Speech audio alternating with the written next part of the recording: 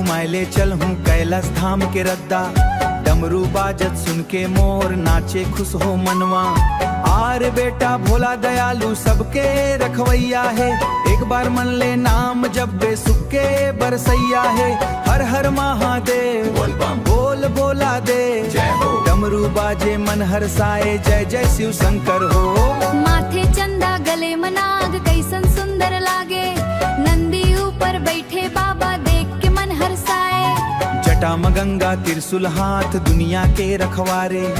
भोला बाबा के कृपा ले कट जाते दुख सारे। भोला भोला भोला भोला भोला बाबा मोर सखारा। हर हर महादेव महाभोले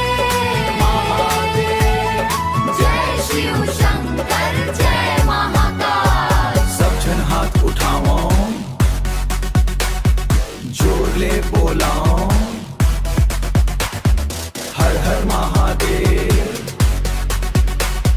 बोल बम बोल बम। सावन लाए कांवर लाए भोला धाम जाबो। दूधौ जल चढ़ा के बाबा आशीष लाबो। बेलपत्ता यौ धतूरा लेके शिव चरण मन जाबो।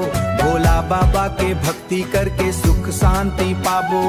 जय भोलेनाथ जय भोलेनाथ। डमरू के धुन मना चवार। बाबा मोर पढ़ई लिखई हमेशा बढ़ी करवावाओ। मेहनत सच्चाई और भक्ति ले जीवन उजर बनावाओ। तोर नाम ले शुरू करथन हर दिन दे के काम। भोला बाबा संग रही हंस मिल ही सुख यौ मान। भोला बाबा मोर दुलरुआ भोला बाबा मोर सहारा। हर हर महादेव बम बम भोले